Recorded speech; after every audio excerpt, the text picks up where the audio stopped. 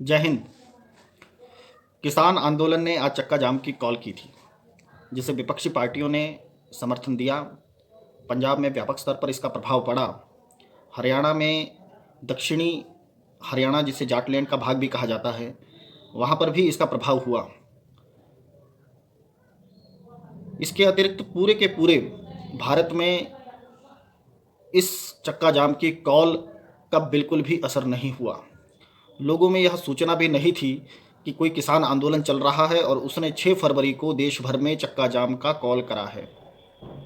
तो इससे यह बात तो पूर्ण रूप से, जो मैंने 15 दिन पहले कही थी कि यह आंदोलन व्यापक स्तर पर पंजाब, कुछ हरियाणा और बहुत छोटे से भाग उत्तर प्रदेश तक यह आंदोलन सीमित रहेगा और यह इन बड़े किसानों का आंदोलन है। इस आंदोलन के आज केवल अवशेष बच गए हैं, जो अब देखने में आ गए हैं। 28 तारीख की घटना, जिसमें राकेश टिकैत रोते हुए नजर आए और उन्होंने एक जाति का सहारा लेकर एक आंदोलन को बढ़ाने की कोशिश करी। इसके कारण शामली, मुजफ्फरनगर, उनके अपने गांव सिसौली में बड़ी बड़ी पंचायतें हुई। नरेश टिकैत 10,000 ट्रैक्टरों के साथ गाजीपुर जाने वाले थे, पता नहीं कहाँ वो 10,000 ट्रैक्टर फंस गए।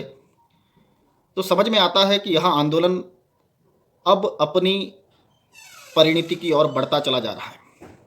किसान आंदोलन के जहां नेता आपस में बहुत ज़्यादा विरोधाभासी है, अलग अलग विचार सबके हैं। राकेश टिकैत का तो यह है कि वह भाजपा से विधायकी का टिकट, जो सुनने में आ रहा है, उसके लिए दबाव डाल रहे थे, जिसे भाजपा ने स्वीकार नहीं किया। और अब उनके पास ये आंदोलन का तरीका बच गया है, जिसके माध्यम से वह किसानों में अपनी प्रासंगिकता बनाए रखें और एक प्रेशर ग्रुप के तौर पर जो उनके पिताजी की एक विरासत है, उसको कहीं ना कहीं जिंदा रख पाए। दूसरी बात यह है कि सरकार ने इस आंदोलन को जिस तरीके से निपटाने की कोशिश करी, सरकार ने बातचीत का क्रम एक तरीके से जारी रखा। लोकतंत्र में बिना संवाद के किसी भी समस्या का समाधान नहीं होता, लेकिन बातचीत की एक शर्त होती है कि इसमें दोनों पक्षों को स्वतंत्र मन के साथ और स्वतंत्र बुद्धि के साथ आना चाहिए और एक जो सही है उस पर एक निर्णय ले लेना चाहिए। किसान संगठनों के द्वारा एक अड़ियल रवैया अपनाया गया, जिसके बाद नरेंद्र मोदी सरकार ने तय किया कि किसानों के साथ इस अड़ियल रवैये के साथ बातचीत नहीं की जाएगी। हम अपना प्रस्ताव 22 जनवरी को दे चुके हैं। इसके अतिरिक्त इससे ज़्यादा यह सरकार नहीं झुकने वाली। 26 तारीख की घटना ने सरकार को बैठे बैठाए एक मौका दे दिया, जिसमें अतिवादी लोग भी शामिल हुए और किसान आंदोलन किसान नेताओं के हाथों से छूट गया। यदि राकेश टिकैत उस समय जाति कार्ड नहीं खेलते तो संभवतः इस आंदोलन की समाप्ति 28 तारीख को ही हो जाती। अब इस आंदोलन को सामाजिक समर्थन भारत में नहीं मिल रहा है।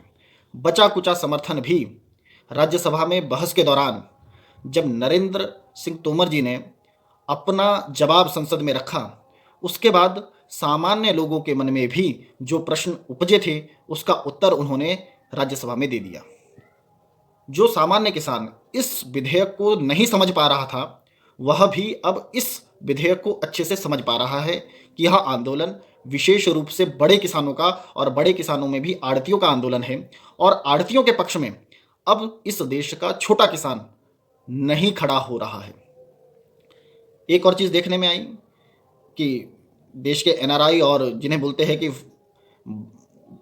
अंतर्राष्ट्रीय स्तर पर नामी जो लोग हैं, उन्होंने इस आंदोलन का समर्थन करा।